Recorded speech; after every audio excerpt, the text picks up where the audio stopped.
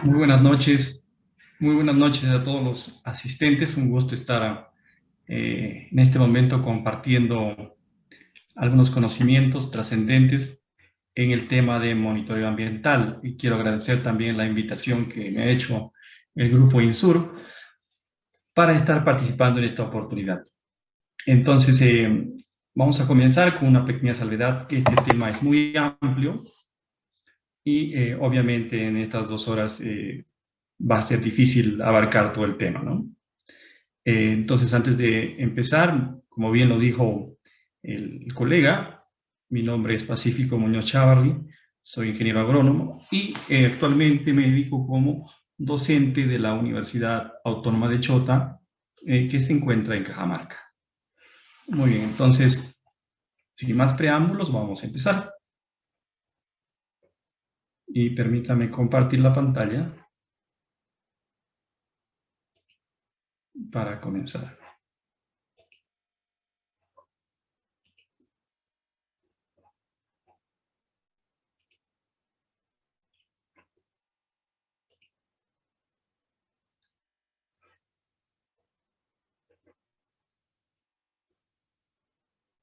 Muy bien, entonces, les dije que el monitoreo ambiental es muy amplio.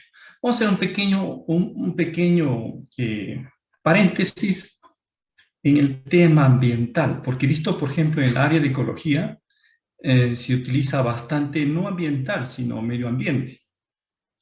Y ambiente con medio ambiente, muchos se habrán preguntado, ¿es lo mismo? ¿Es diferente? Bueno, en realidad es lo mismo.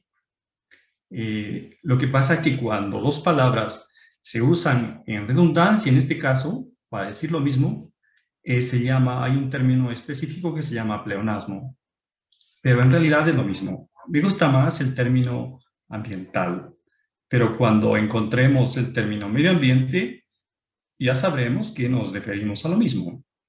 Estamos hablando de medio ambiente o ambiental. Entonces, es una pequeña eh, comentario.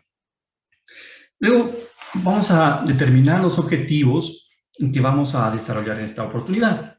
Y uno de los objetivos es conocer la definición de monitoreo ambiental y también de ECAS, conocer algunos términos básicos y los 5 estándares de calidad ambiental. Y nos vamos a centrar un poquito más al tema de contaminación de suelos y la guía para el muestreo de suelos, que en mi caso es un poco más familiar y he visto conveniente que tenga un mayor aporte de que tomar de repente otras fuentes de contaminación que de repente no tengo mucha experiencia que a ustedes les pueda servir. Entonces, vamos a comenzar con la definición de monitoreo ambiental para un poco circunscribirnos en el tema. Dice que es la medición de variables de carácter físico, químico y biológico. Entonces, por ejemplo, si evaluamos el suelo y nos vamos al carácter físico, estamos hablando de textura, de estructura, de densidad. Si nos vamos a la parte química, estamos hablando, por ejemplo, de pH, del 6C, que es la capacidad de intercambio catiónico. Y si nos vamos a la parte biológica, nos referimos, por ejemplo, al número, vamos a suponer, de lombrices que hay en el suelo por metro cuadrado. ¿Cuál es la otra característica del monitoreo ambiental? Que obviamente se circunscribe en un tiempo determinado. Y a fin de ampliar estos conocimientos acerca de los cambios e impactos que tiene el lugar del medio ambiente. Por lo tanto, el monitoreo ambiental es un instrumento clave para la gestión ambiental, pues contribuye a mejorar la planificación y la toma de decisiones. Entonces, hay otro concepto sumamente importante, que es, por ejemplo, la ECA. O sea, si vamos a tocar el tema de monitoreo ambiental, este concepto no puede estar aislado o desapercibido. ECA no es más que digamos así, la abreviación de estándares de calidad ambiental. Y este estándar de calidad ambiental es un instrumento de gestión ambiental. Por ejemplo, hablar de gestión ambiental es un tema integral y amplio. Por ejemplo, cuando hablamos de gestión ambiental de los residuos sólidos, hablamos desde el momento de la recolección de la basura hasta la segregación final. Es decir, desde el comienzo hasta el final de la disposición de la basura. ¿Ya? Entonces, cuando hablamos de gestión, es un término amplio, completo, integral. No lo miremos solamente como un término, digamos así, cualquiera. Siempre que hablemos de gestión, no olvidemos que es integral, completo. Muy bien, ¿qué se establece para medir el estado de calidad del ambiente en un territorio nacional? Son las medidas que establecen el nivel de concentración o el grado de elementos, sustancias o parámetros físicos, químicos y biológicos presentes en el aire, agua o suelo, en la condición de cuerpo receptor, que no presentan riesgo significativo para la salud de las personas ni para el ambiente. Aquí hay que tener un poquito, tener cuidado en este cuerpo receptor. Ya les voy a decir por qué cuando veamos este otro concepto. Me pareció también muy importante este concepto de límites máximos permisibles. La abreviación LMT siempre vamos a encontrar. ¿Qué es? Es una medida de concentración de grado o elementos, sustancias o parámetros físicos, químicos y biológicos que caracterizan a un efluente o una emisión, que al ser excedida causa o puede causar daños a la salud, al bienestar humano o al ambiente. Pareciera que el concepto de ECA y límites máximos permisibles pareciera que son similares. Y de hecho, siempre cuando hacemos estas charlas, la gente pregunta, ¿son iguales los conceptos de ECA y límites máximos permisibles? En realidad, pareciera que son lo mismo, pero no lo son. ¿Cuál es la diferencia entonces?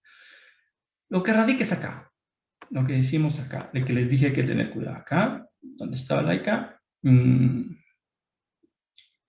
el cuerpo receptor.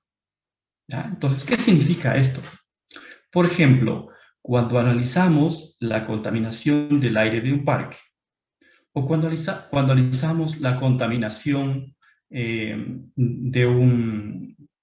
agua de una población, de agua potable de una población, por ejemplo, y lo comparamos a los estándares de calidad ambiental.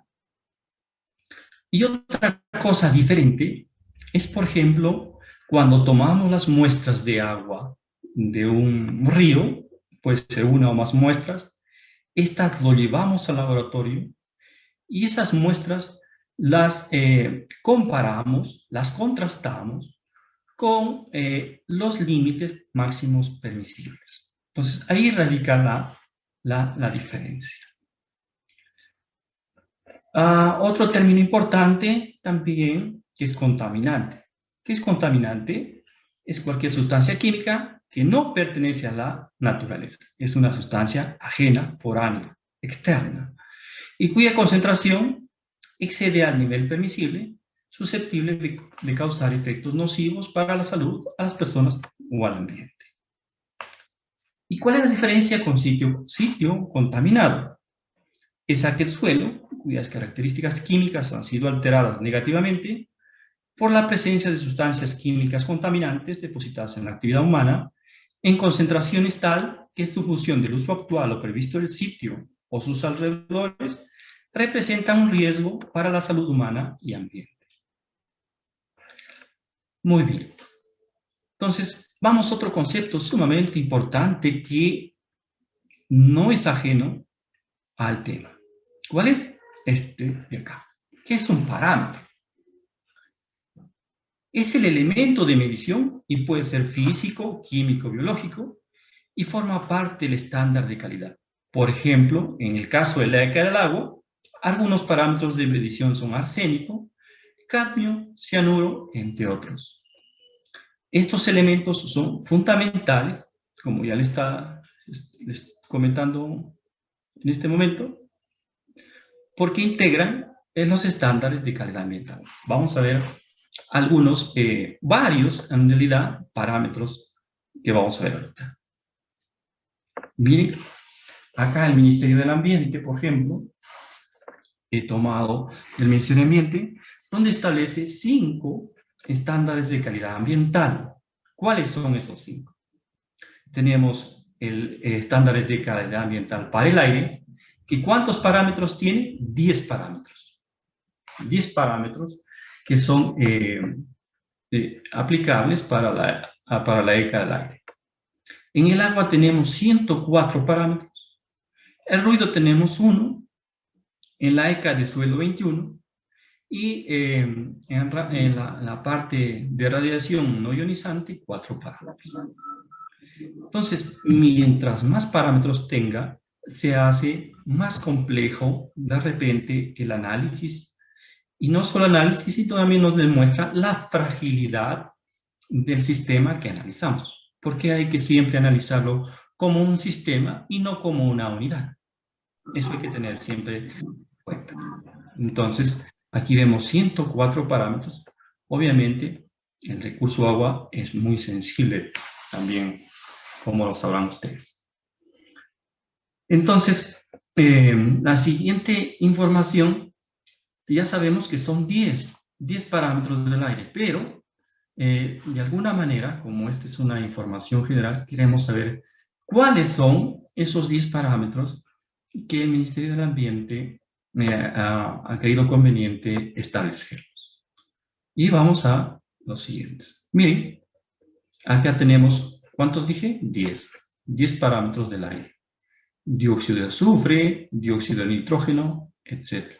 Recién se incorporó el mercurio también como un elemento contaminante. El monóxido de carbono, el ozono, el plomo y el sulfuro. Vamos a hacer un pequeño análisis acá y me hubiera sido muy fácil describirlo todos, pero hay que analizarlo y asentarnos un poquito acá en el ozono.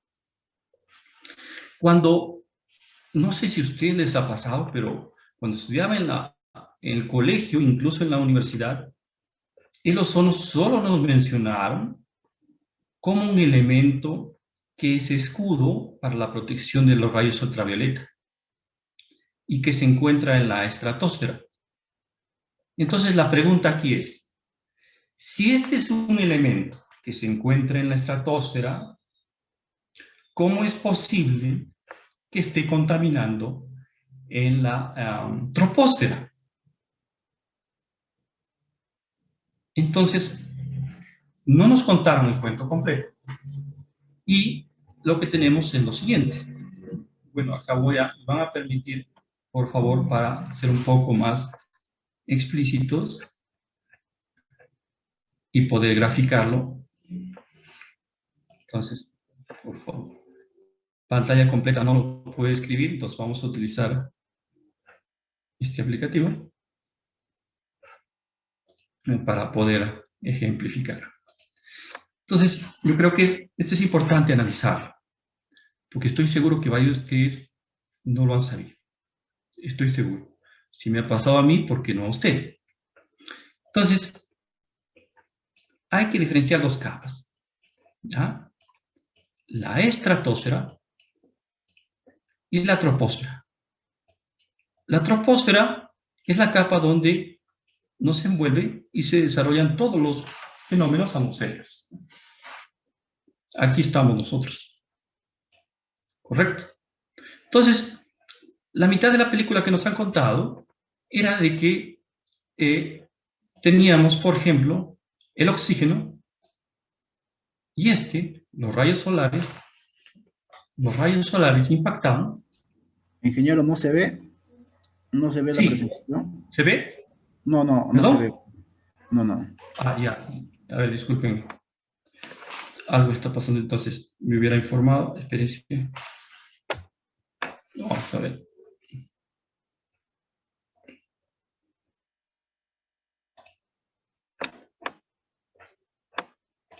hay que...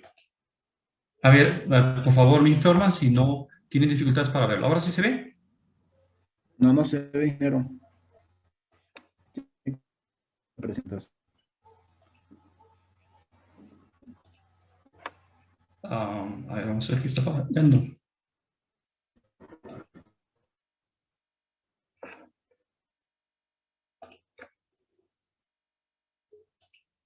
¿Ahí? A ver, por favor. Ahora sí se ve. Sí.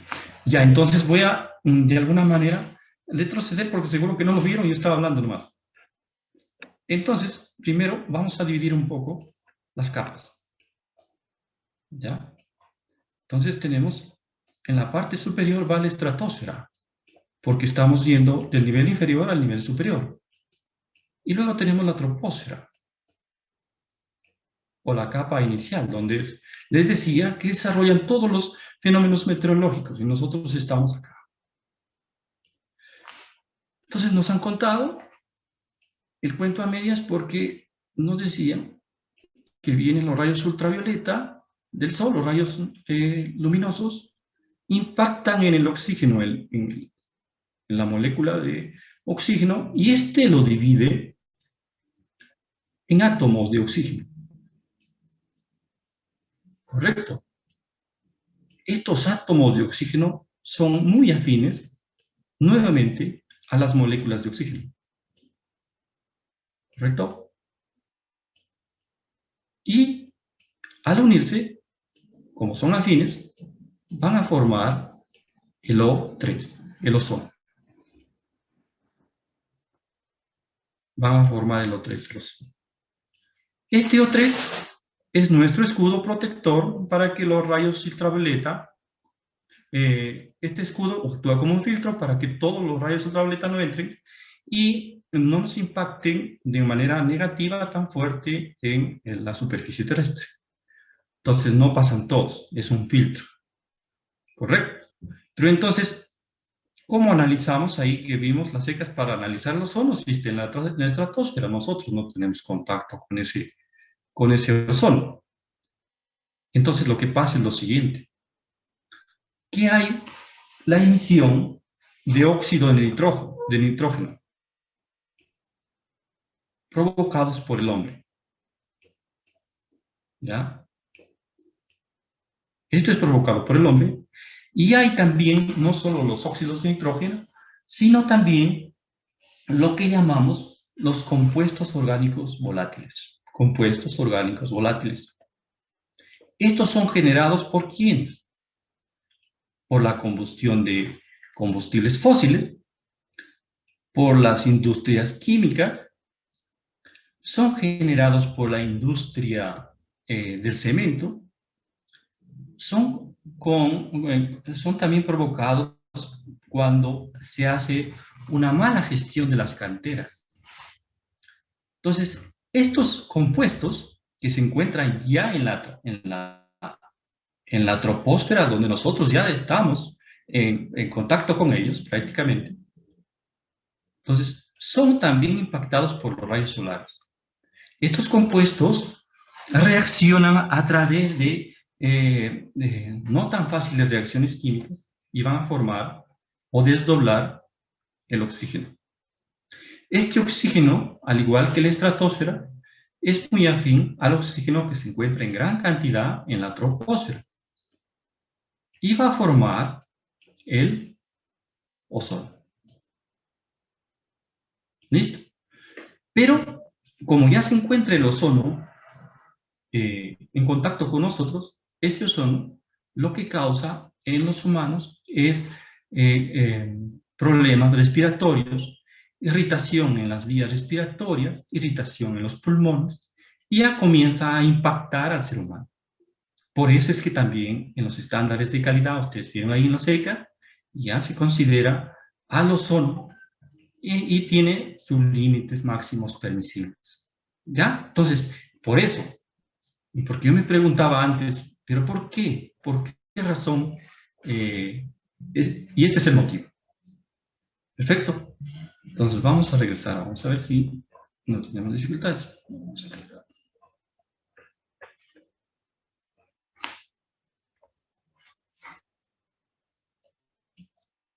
Acá esperen, disculpen un ratito, que para escribir esto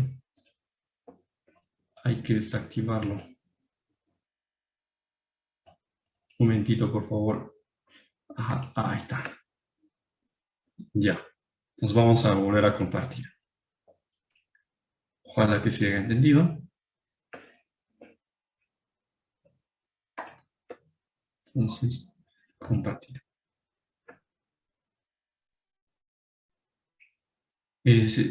¿Se puede observar la presentación? A ver, ¿me informan, por favor? ¿Sí? ¿Me están escuchando?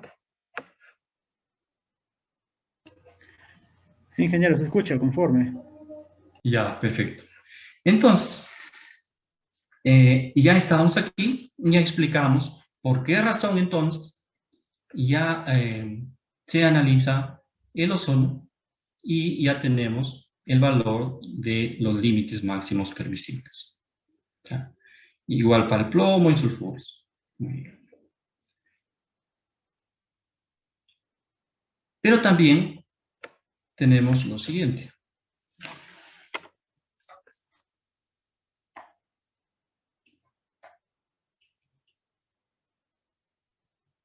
Se descuadró acá.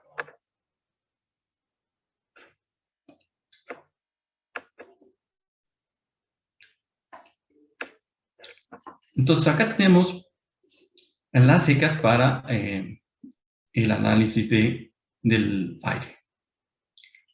Entonces tenemos ahora para el agua.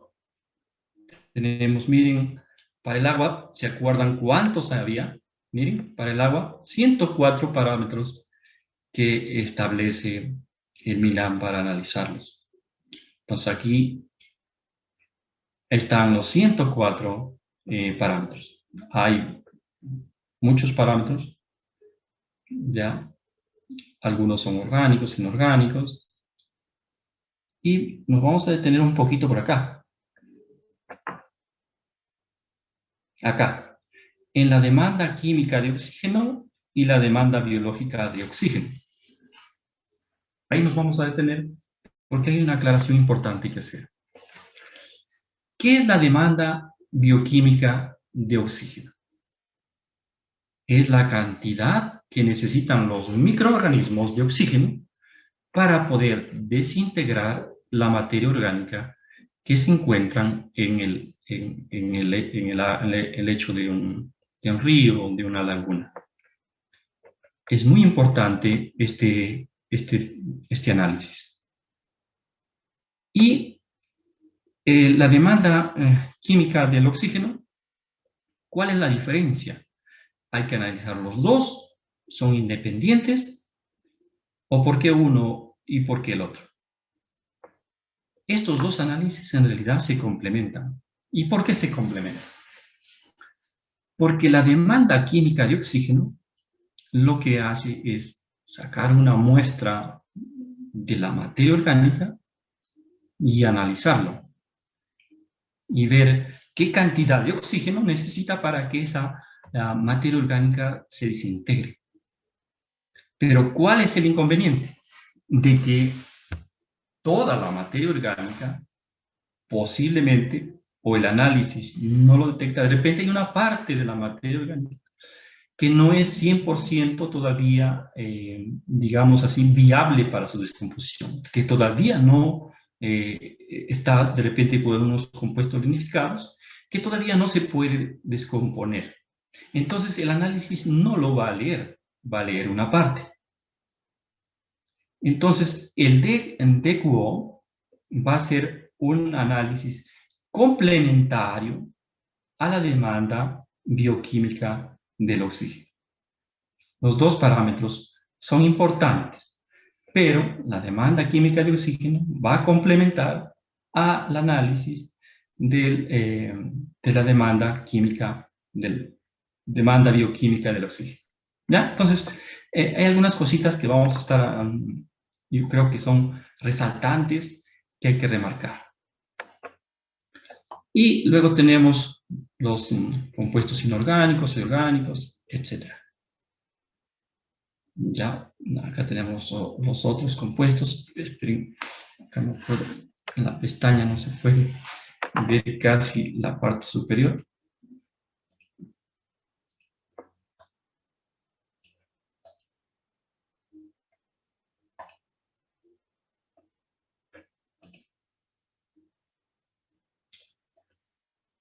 Un ratito, esperen, por favor. Vamos a ver.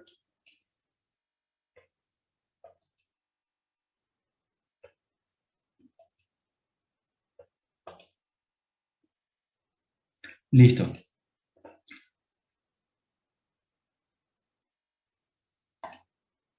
Luego vienen aquí, miren, las secas para el suelo. Esperen, denme un segundo, por favor, para...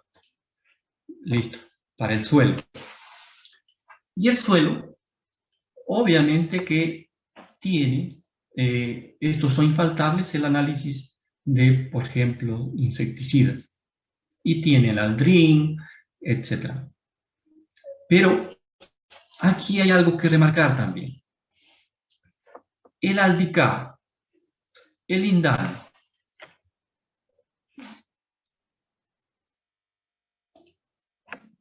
estos son, el aldicar es un insecticida acaricida, el lindano es insecticida, el endrin es insecticida, el aldrin y el aldrin y dieldrin insecticida, el DDT insecticida. Todos son insecticidas.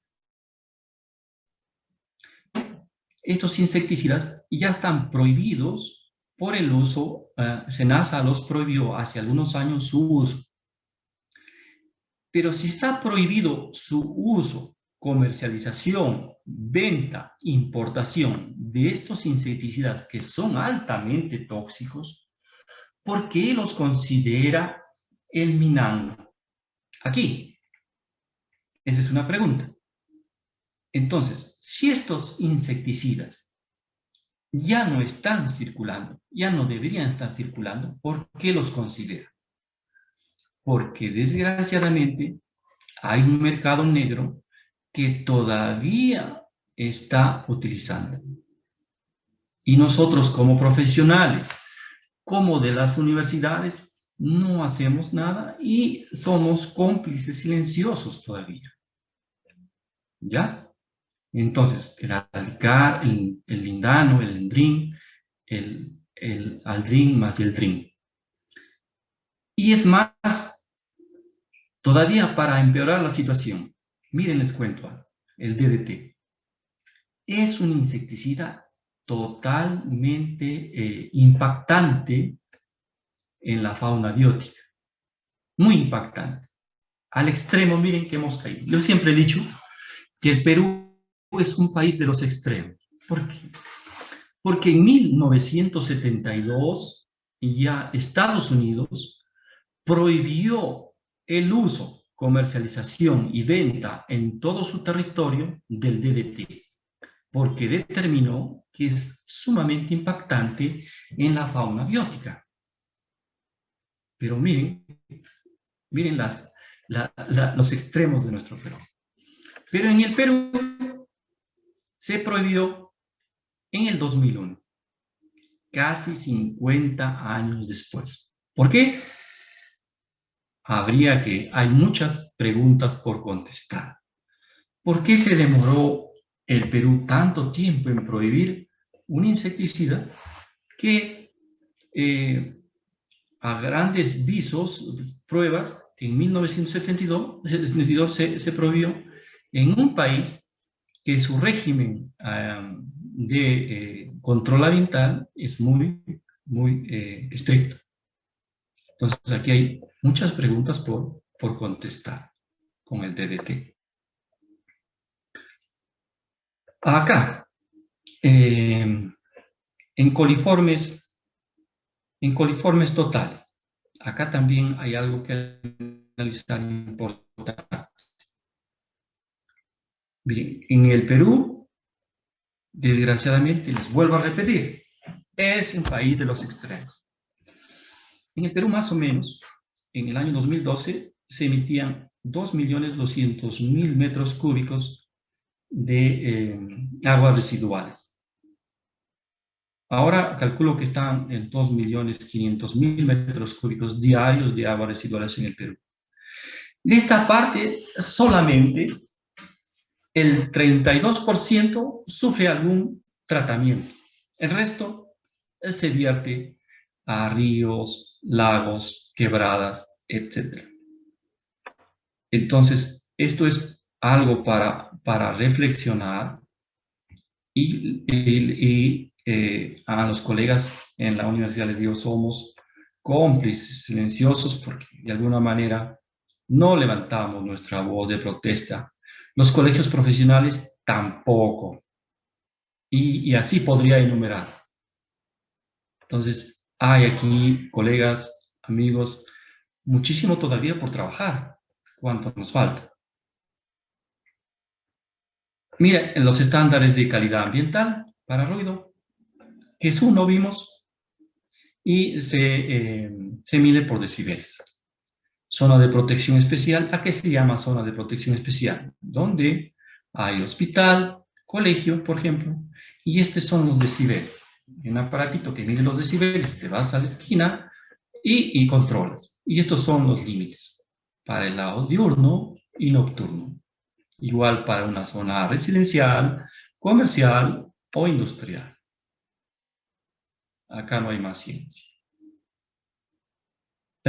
Luego tenemos, a ver, no puedo ver en la parte superior acá. Ya vimos. Muy bien. Ahora nos faltan los estudios de calidad ambiental para suelo.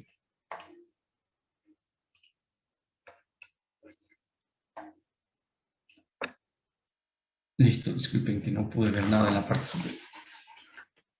Y tenemos diferentes parámetros para analizar. Los inorgánicos, bario, cadmio, cromo, mercurio. Este mercurio que está muy asociado a la minería, el cianuro, etc. Y luego tenemos las radiaciones también ionizantes, y aquí tenemos los límites máximos permisibles. Acá en este tema no me puedo meter mucho porque, ya les decía, cada uno en su rango. No, yo no estoy preparado para analizar esto, cada uno en su rango. Luego, vamos a analizar cuáles son las causas de la contaminación de suelos que tenemos. Una de las causas son las prácticas agrícolas deficientes. ¿Cuáles son una de las prácticas agrícolas deficientes? Por ejemplo, el uso desmedido de insecticidas, fungicidas, herbicidas. Por ejemplo, el uso de herbicidas en el suelo, los compuestos que tiene este producto están circulando en el suelo durante 20 o 30 años y no se degradan, se encuentran ahí. Yo les cuento una experiencia de que hace unos años estaba un proyecto donde exportábamos quinoa orgánica y el requisito es muestrear suelos para verificar que no existan compuestos tóxicos o compuestos que no se ajusten a las normas orgánicas. Y comprobamos nomás felizmente, un predio, una chacra, un lote, de que tenía altos niveles de residuos de este herbicida. Y le preguntamos al agricultor, pero nosotros te habíamos dicho que no utilice herbicida. Ingeniero, yo no utilizaba. Y sacando el historial de la parcela, su familia había utilizado y haciendo una reversión hace más o menos 15 años. Entonces miren el impacto que puede generar en el suelo. Entonces, la gestión inadecuada de los sólidos también, cuando se lo tira nomás, sin sin ningún tratamiento. Luego tenemos el almacenamiento inseguro de desechos químicos, nucleares y peligrosos. Los lixiviados, vertidos mal administrados al suelo. Aquí un jalón de orejas también a las municipalidades porque eh, la mayoría, la mayoría solamente lo tira y no hace ninguna gestión, no hace ningún pad que permita, que cubra la parte inferior del suelo para que limite el contacto de la parte superior de la basura con la parte inferior del suelo, para que los lixiviados no escurran en el suelo y vayan contaminando a lugares más abajo. Entonces, esto también tenemos un problema serio nosotros y en las municipalidades más alejadas igual. Y otro problema también que no estamos exceptos es el vertido controlado de residuos domésticos, industriales y mineros. Bueno, aquí está más controlado porque son menos, ¿no? Más controlados por los organismos de fiscalización, de controladores, y ahora ya hay más control. Pero les cuento esto, también una experiencia. Yo me encuentro ahora en Cajamarca y en la parte alta ya pertenece a otra provincia, una provincia X, que no voy a decir el nombre. Entonces, esa provincia, en la parte alta, tiene bastantes pasivos mineros, pero de años de 70, 80 años. Entonces, hace 70 años no había la legislación de ahora y están abiertos, ¿no? No se ha hecho ninguna gestión para cerrarlos. ¿Pero por qué? Me decía un amigo que trabajaba por ahí en la zona, ¿por qué no se hace? Incluso hay un proyecto de las minas para controlar que esos pasivos no sigan contaminando los ríos. Pero la gente, los pobladores no quieren. ¿Por qué? Porque han visto que las minas tienen bastante dinero y lo que quieren es que les paguen de acuerdo al área para que ellos puedan entrar y puedan remediar toda esa área donde los pasivos mineros están pues vertiendo por diferentes sustancias tóxicas al río. Eso es lo que pasa en nuestro Perú. Y seguro que en otros lugares pasará también lo mismo. Muy bien. Ahora vamos a ver ya las guías para el muestreo de suelos contaminados. Aquí no hay mucha ciencia y ya todo está escrito. Ya tú no tienes que trabajar, solamente tienes que alinearte a la guía de muestreo de suelos. Y vamos a ver qué tiene la guía de muestreo de suelos. Vamos a analizar un poquito con ustedes.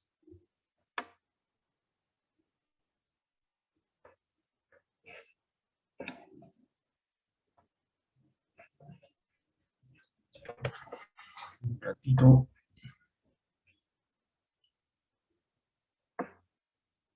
Voy a dejar de compartir, por favor, para pasar a la otra vista.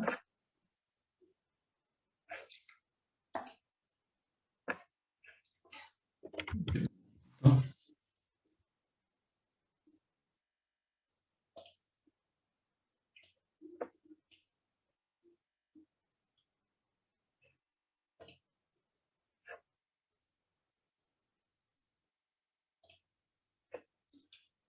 Un momentito, por favor. Petitos van por la mujer y pasó porque tiene una familia, una hija aproximada.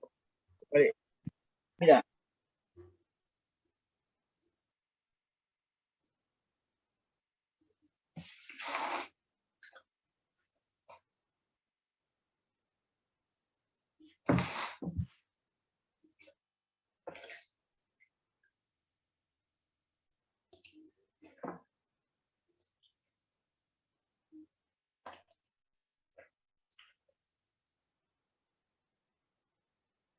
Un minutito porque ustedes sabrán que la señal de internet algunas veces nos juega una mala pasada.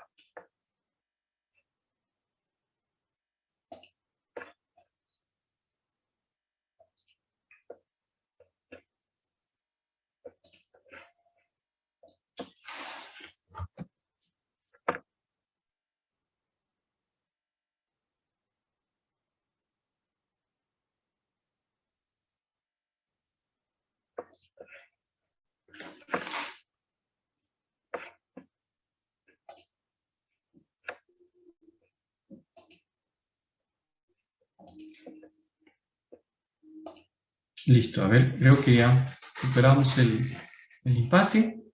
A ver, me confirman si ya lo pueden observar.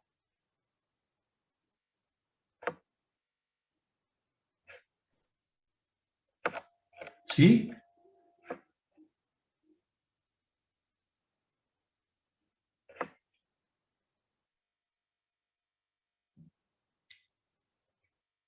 ¿Me confirman si ya lo pueden observar? ¿Puedo proseguir? Sí, ingeniero, sí se ve. Listo, gracias. Luego pasamos a otro tema que es sumamente importante antes de realizar el muestreo, hacer un plan de muestreo. ¿Ya? Entonces, el plan de muestreo no es más que una brújula que nos va a orientar. De lo contrario, muestreamos los suelos, pero seríamos un velero, pero sin brújula. No tenemos claro nuestros objetivos. Entonces, siempre que hacemos un muestreo, debemos de tener nuestro plan de muestreo. ¿Ya? Y para esto debemos tener algunas consideraciones generales. ¿Cuáles son? Acá están. Acá nos recomiendan algunas consideraciones generales. ¿Y qué debe tener este plan de muestreo? La información básica del suelo, algunos resultados previos de algunos estudios de suelo, que es muy importante. Es como cuando te vas al doctor y en tu historial antes dice, él tuvo antes esta enfermedad. Entonces, eso es importante también considerar el historial. Determinación de las áreas de potencial de interés, personal involucrado, estrategia y procedimiento de las tomas de muestras a realizar, determinación de los parámetros a analizar las muestras, las técnicas, el equipo y los instrumentos a emplearse en el muestreo, el tipo y características de la preservación y conservación de las muestras, las medidas de seguridad para el manejo de las muestras.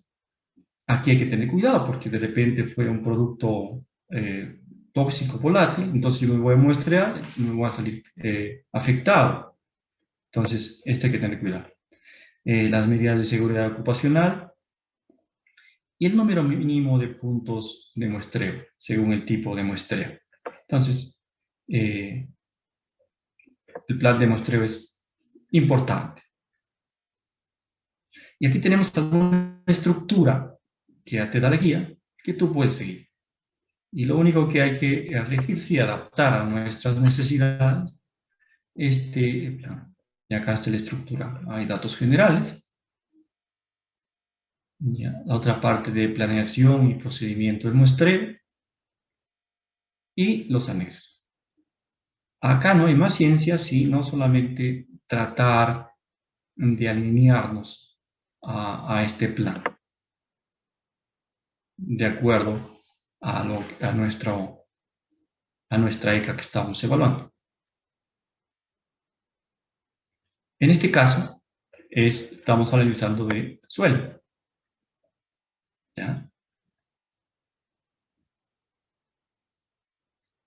¿Qué más tenemos? Tipo de muestreo. Hay diferentes tipos de muestreo. Muestreo de identificación, cada uno tiene sus características. Muestreo de detalle. Muestreo de comprobación y remediación. Y aquí. Ahora hay parámetros para áreas de contaminación de forma regular menores a 1000 metros cuadrados. Aquí hay que tener un poquito cuidado y no tomarlo textualmente. ¿Ya? Porque, ¿a qué me refiero? ¿A qué quiero llegar con esto?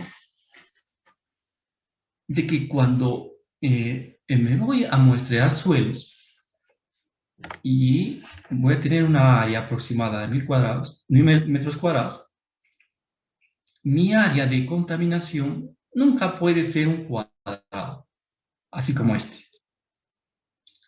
Siempre es irregular, ¿ya? En la práctica no sucede lo que está pasando en esta gráfica. No es un cuadrado perfecto. Más o menos se puede analizar, más o menos se puede decir que largo y ancho puede ser igual, pero las líneas, los bordes no son líneas, son líneas, digamos así, sinuosas.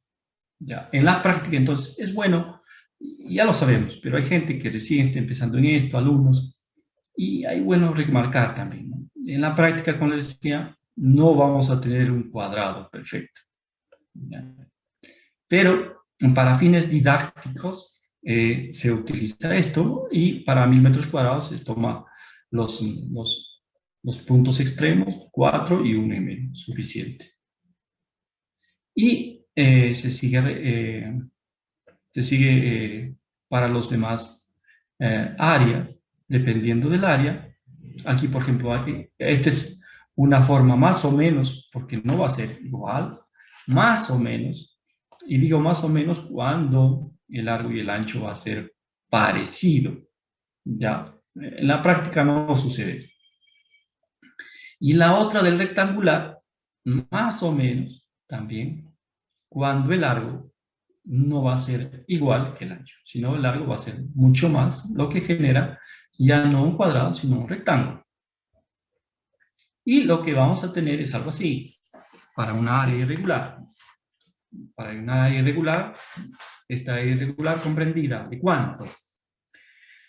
Entre 1000 y 5000 metros cuadrados. Entonces, para eso ya te da todas las indicaciones y hay que tomar los puntos acá. Entonces, todo está acá. Para área de 1000 a 10.000, 10.000 a más, hay una fórmula. No hay más ciencia. Y aquí está la fórmula para 10.000 a 150.000 metros cuadrados que podemos aplicar. También tenemos técnicas de muestreo. Hay unas consideraciones generales. ¿Ya? Está ahí en la guía. Que desarrollarlo obviamente nos llevaría tiempo. ¿No? Lo que estoy haciendo es tomar, que he creído algunos colores, algunos características, valores importantes. Ahora para las muestras superficiales, ¿qué se hace? Se toca la muestra. De esa muestra se toma 2 submuestras, se podría decir, y de esta a su vez 2 más. Entonces tenemos media muestra y luego tenemos un cuarto de esa misma muestra para las muestras superficiales. Aquí, obviamente, que el muestreo de suelos no va a ser igual.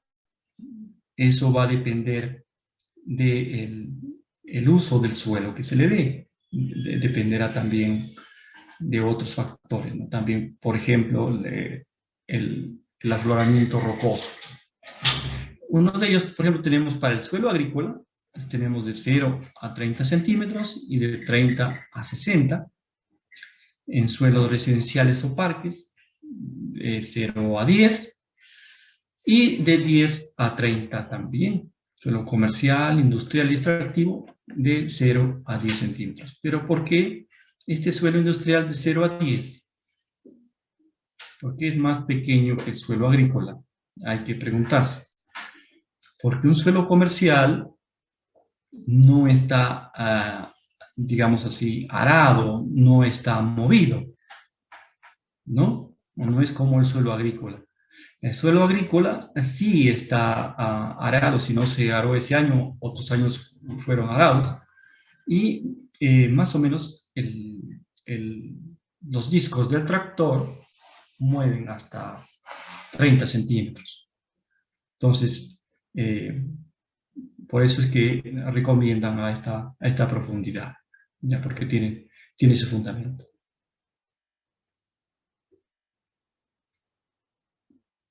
¿Qué más? Para muestras de profundidad.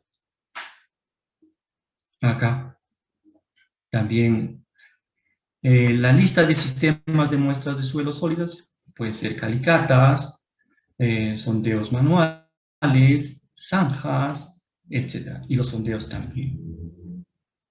Entonces, en las calicatas, ¿la calicata qué es? La calicata no es más que un hueco. Se hace en el suelo, se cava y se hace un hueco. Y cuando uno cava, lo que va a encontrar es lo que se llamamos diferentes perfiles de suelo. Perfil no es más que capas que se van a diferenciar muy claramente. Y una diferencia es el color, la presencia de arcillas y otra, la presencia también de piedras o manto. ¿Ya? Entonces, y cuando es calicatas, por ejemplo, yo quiero analizarlas, lo que hago es, una vez que ya tengo el perfil, como una pared prácticamente, ya diferencié los perfiles, y los perfiles comienzan del perfil A, B y C, en forma general. Pero hay más todavía subperfiles, pero en forma general son A, B y C. El A se encuentra más superficial al suelo, es la capa donde hay mayor actividad biológica, donde es la capa arable, y viene la capa B y una capa dependiendo de la formación del suelo también, pero una capa donde hay más proporción de arcilla, menos materia orgánica, por lo tanto el color ya no es tan oscuro como la capa A, es menos oscuro. Y luego viene la capa C. La capa C ya probablemente, dependiendo del tipo de suelo, ya encontremos roca, algunos agregados, algunas piedras, etc., dependiendo del suelo. Entonces, pero a manera general, A, B y C. Entonces lo que hacemos para muestrear los suelos es por capas. Y comenzamos de la capa inferior. ¿Ya? Vamos con nuestra palana. Y en la palana comenzamos a raspar y sacar medio kilo de esa capa. Luego, la otra capa, la capa B, nuevamente, y nuevamente la capa A. Sacamos la muestra del suelo por perfiles para poder analizarlos. De esa manera me va a dar a mí una lectura exacta hasta dónde es el elemento contaminante, hasta dónde está impactando.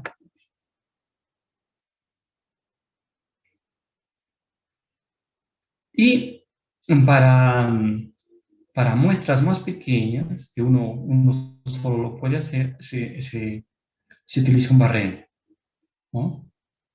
Un barreno no es un dispositivo con una barreta, se podría decir, que en la parte inferior, miren acá, se encuentra como un vaso, ¿ya? Entonces introduce esto al suelo y obviamente al momento de introducir se compacta y el suelo queda en este tipo de envase. Cuando utilicen las recomendaciones, cuando utilicen este tipo de muestreo con el barreno, hay que tener mucho cuidado cuando es arenas.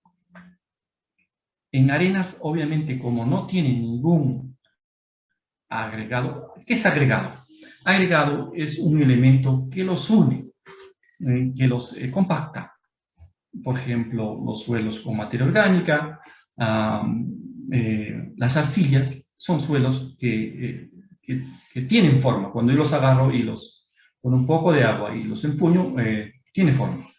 En cambio, las arenas no tienen esa capacidad porque no tienen muy poca arcilla, materia orgánica. Entonces, cuando yo los cojo, obviamente no voy a formar nada. Lo que se van si yo quiero hacer un pequeño terrón, no voy a poder hacerlo porque se van a disgregar. Entonces, lo que tiene que hacer así, cambiar a un depósito más fino para que se concentre la arena y no tenga ese problema de que al momento de sacarlo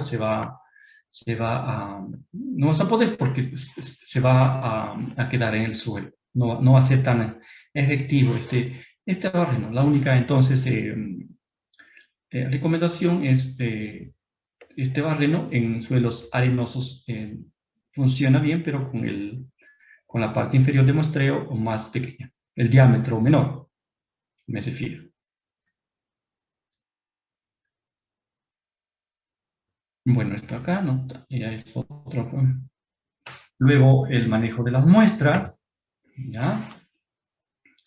Hay que un etiquetado, y acá. Acá hay algunos parámetros importantes, y ya está establecido, que tengo que tener en cuenta cuando yo muestreo. Este es el parámetro para, miren, para diferentes componentes, y recomiendan el tipo de vidrio que recomiendan. El tiempo de la preservación y el tiempo máximo de conservación, 14 días. Entonces, ¿pero por qué refrigerar la muestra? Porque no nos olvidemos, no hay que olvidar que cuando muestreamos el suelo, no es un ente muerto, sino hay un montón de microorganismos y obviamente una porción de suelo a temperatura, por ejemplo, de 20, 25 grados, los microorganismos siguen trabajando y puede hacer que formen quelatos y enfrasquen algunas sustancias tóxicas. Entonces, para no impactar, lo que se recomienda es guardarlo a esta temperatura para que inhiban o disminuir cualquier efecto que tenga sobre la muestra, ¿no? Entonces, metales pesados y metaloides, por ejemplo, no tienen ninguna restricción, ¿no? Para el mercurio sí, y etc. Luego tenemos las fichas de muestreo, la cadena de custodia, y algunas consideraciones de seguridad para las muestras. Y también tenemos las medidas de seguridad ocupacional durante el muestreo. Tenemos la determinación de los puntos de muestreo. Y aquí está, miren, interesante esta relación que nos da. Como les decía, ya no tengo que, cuando vayamos a muestrear, yo creo que eso ya no existe. Ya todo está establecido acá. Es una receta. Ya nosotros solamente hay que mirar la receta y aplicar. Entonces, es lo bueno del MINAP, ¿no? Miren, para la área de 1000 metros, ¿cuánto? 4 muestras. Y así va a 100 hectáreas, ¿cuánto? 100 metros. Y ahí va determinando cuántas muestras, de acuerdo al área, se tiene que realizar para que las muestras sean significativas. Y aquí hay una fórmula también incluso, ya que podemos aplicar, donde n es el número de puntos mínimos del muestreo y x es la superficie en hectáreas, ¿no? Entonces, por eso les decía, miren, vamos a probar acá. ¿Cuánto era, se acuerdan, para 100? 50. Entonces aquí vamos a probar, vamos a poner que la superficie en hectáreas es 100. Entonces vamos a tener 10 por 40, 50. Acá está los 50.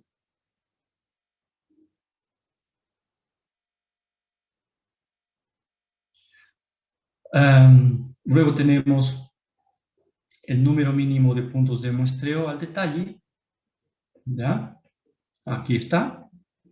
¿Cuántos se debe de tomar para cada uno de ellos?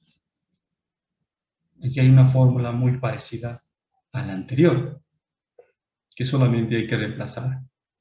No hay mucha dificultad. Bueno, yo les agradezco. Este ha sido mi pequeño aporte. Ojalá les haya servido y quedo a su disposición. ¿Alguna pregunta? Con todo gusto, dentro de mis limitaciones, con todo gusto.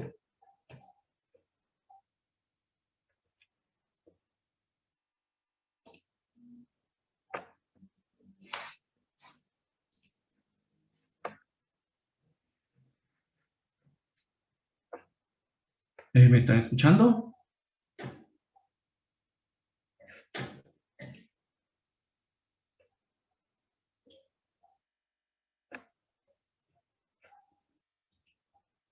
Hola.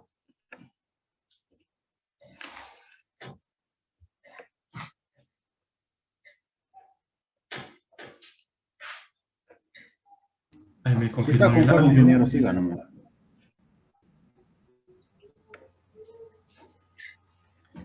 Si se escucha. Ah, ya, perfecto.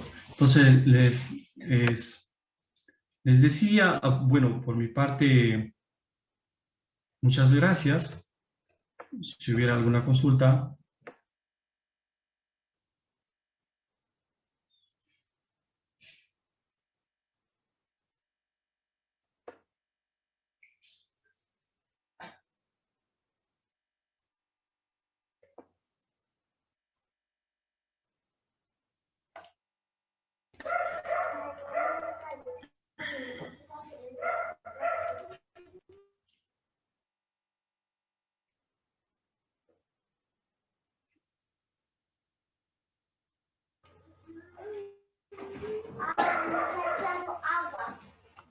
Sí.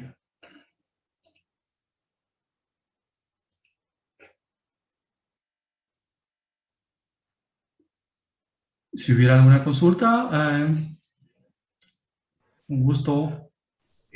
Sí, ¿cómo está? Buenas noches, estimado. ¿Me escucha? Sí, sí, claramente. Me ha gustado la ponencia, lo felicito.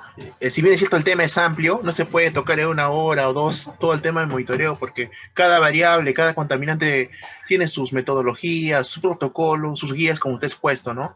Yo quería consultarle algo general, nada más. ¿Qué software son los que se usan? Bueno, por el caso de suelos, ¿hay algún software como ArcGIS? No sé. ¿Usted conoce algo? Sí, se está utilizando muchísimo el ArcGIS para aplicarlo, en realidad para todo, ¿ah? No solo para el muestreo de suelos, sino también, por ejemplo, en el campo forestal, en todo, ¿ah?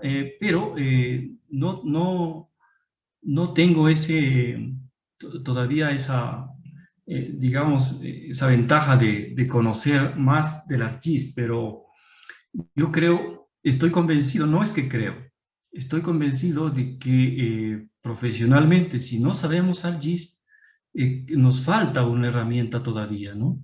He visto, o estuve en una capacitación un día, la versatilidad que tiene el ArcGIS y nos puede solucionar muchos problemas y muy bien se puede aplicar en diferentes ámbitos.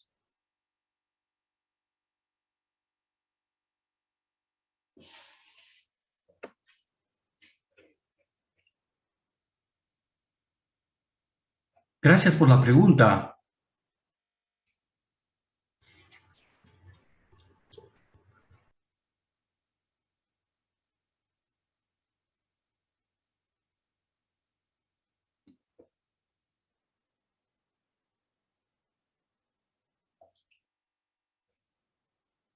Eh,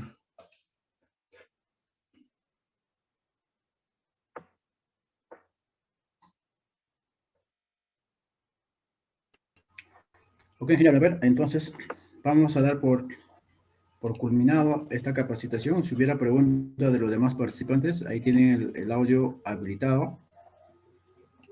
Tienen para que puedan preguntar de manera directa. lo que me faltó conversar un poquito es que, miren, ahora con este problema que tenemos del COVID, tenemos otro problema grande que es la gestión de los residuos sólidos hospitalarios.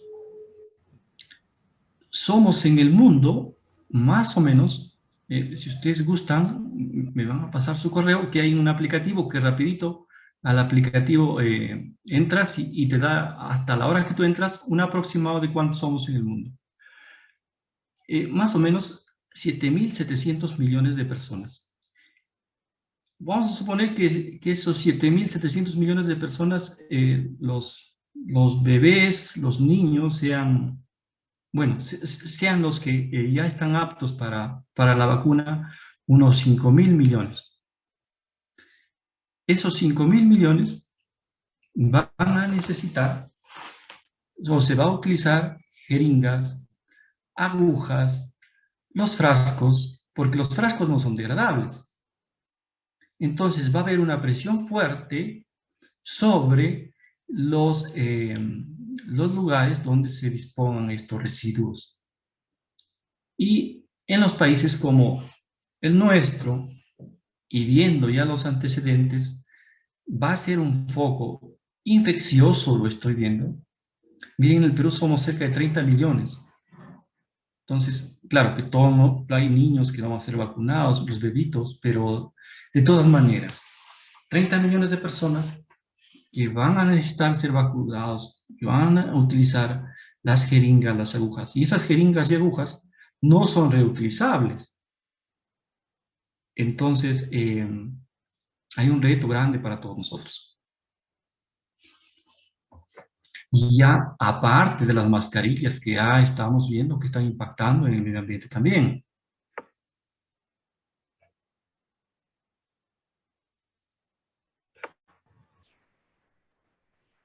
Sí, tiene mucha razón, ingeniero Pacífico. Justamente las mascarillas pues son una barrera, ¿no? Para controlar esta pandemia. Pero al usarlos ya se vuelven un residuo biocontaminado, un RESPEL, ¿no? Y necesita un tipo de tratamiento, almacenamiento y disposición final. Y falta bastante, ¿no? Sensibilizar el tema de gestión, ¿no? De parte de las instituciones, etcétera. Nos lleva a retos pero muy ahora exigentes.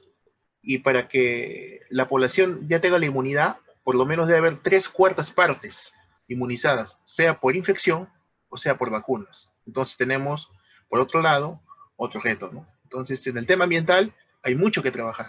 Tenemos algunas guías, pero se necesita bastante trabajo. Yo le digo esto porque conozco algo del tema y también soy ingeniero ambiental. Y el reto es bastante, ¿no? Y bueno, le felicito nuevamente, ingeniero Pacífico, me ha gustado su exposición, espero que se nos siga compartiendo algunas experiencias, ¿no? Gracias. Gracias a usted, le agradezco bastante también a todos los asistentes. Ojalá que el Grupo INSUR, ahora con la facilidad que tenemos de crear grupos, de conectarnos, ojalá que todos los participantes creemos un grupo y estar conectados para ver qué iniciativas podemos hacer, para ver qué logros se está haciendo para ir mejorando. Como decía el colega, qué guías podemos hacer. Hay muchas cosas, ¿no? Lo que más es lamentable es la pasividad. Yo creo que después del COVID ya tenemos que, hay un antes y después. Ya todo cambió, ya no vamos a hacer lo mismo, ya todo cambió. Obviamente que nos resistimos al cambio, como es natural, ¿no? Pero y yo me doy cuenta que hay un antes y un después. Hay una gran muralla y los que queremos regresar no vamos a poder ir.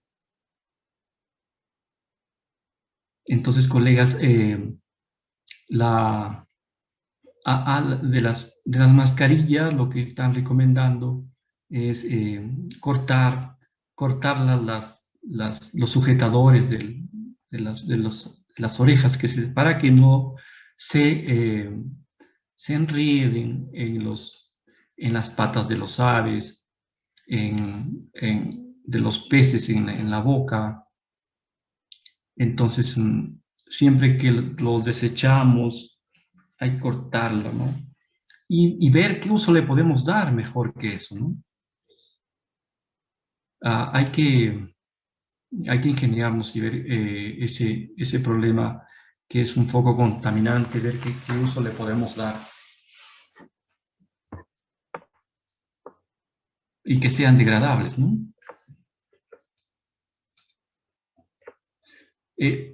Yo les voy a dejar mi correo.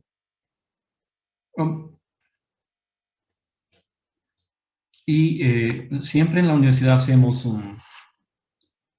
cursos de capacitación, entonces de repente para invitarlos, les voy a dejar mi correo.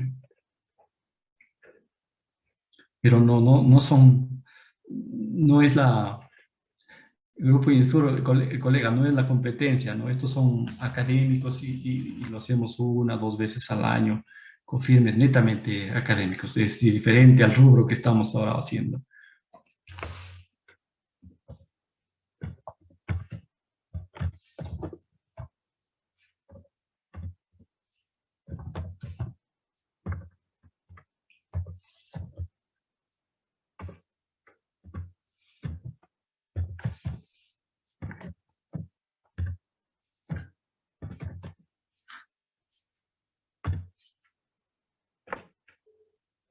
Muy bien.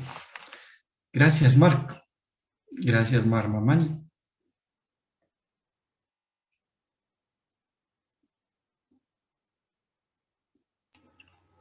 Ok, ingeniero, entonces ya damos por finalizado. Muchas gracias por su participación y estaremos así en próximos eventos relacionados al tema. Estaremos ahí compartiendo también algunas capacitaciones. Muchas gracias, ingeniero. Buenas noches. Perfecto. Gracias también a ustedes, a todos los asistentes. Muchas gracias, el Grupo Insur. Nuevamente agradecer por esta invitación que me he hecho y encantado, ¿no? Participar, apoyar en algo. Encantado. Muy bien. Cuídense mucho. Mucha suerte. Dios les bendiga y nos volveremos a ver, Dios mediante, cualquier otra oportunidad. Gracias a todos. Bien. Bien, estimados participantes, ya finalizado con la capacitación, ahí tienen los números WhatsApp, el número para que puedan recibir sus constancias sobre esta capacitación. Entonces, finalizamos y estamos ya en los próximos eventos a lanzar. Esta semana tenemos varios eventos, a ver si me esperan todavía. Voy a compartir nuestra página de Grupo Insur. Igualmente voy a hacer algunas invitaciones, lo que tenemos, las capacitaciones para la semana que viene. A ver, un ratito, todavía no se vayan. Estamos todavía ahí. A veces con el internet limitado, pero de alguna forma estamos ya ahí. También no se olviden de su certificado, por favor. Siempre es bueno también acreditar para sus puestos laborales. ¿Ok? Ya, ahí, ya para la semana que tenemos voy a compartir ya la foto.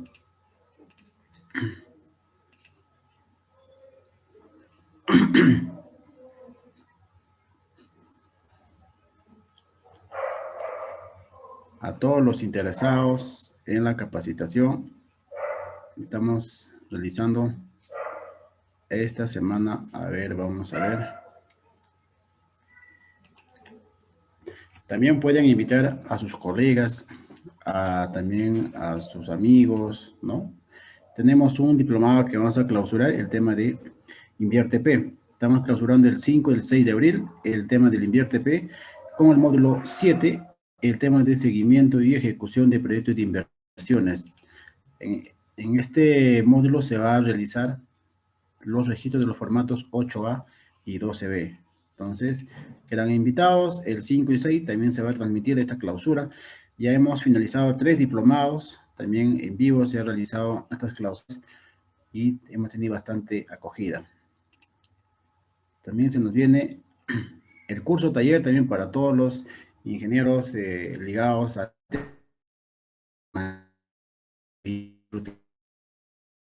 periódico.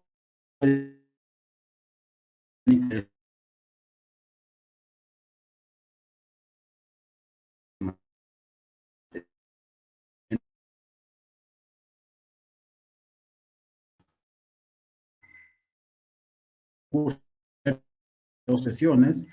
Estamos todavía con el internet algo limitado, pero ya. Este es un diplomado que hemos finalizado, el tema de defensa, recursos hídricos.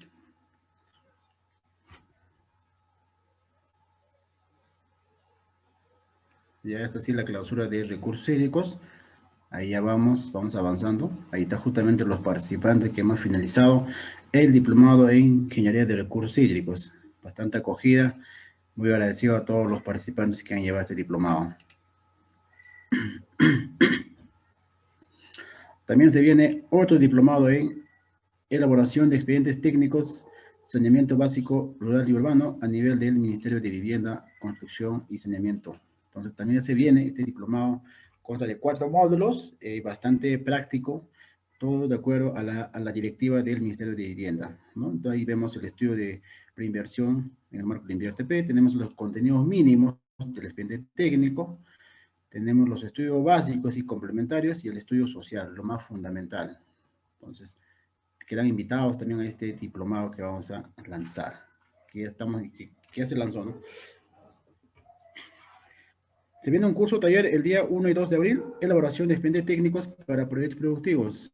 Este curso taller consta de 3 sesiones, ¿ya? Se va a realizar para proyectos productivos, netamente, cómo elaborar tu expediente técnico a nivel de proyectos productivos. El 1 y 2, 3 sesiones, el curso taller.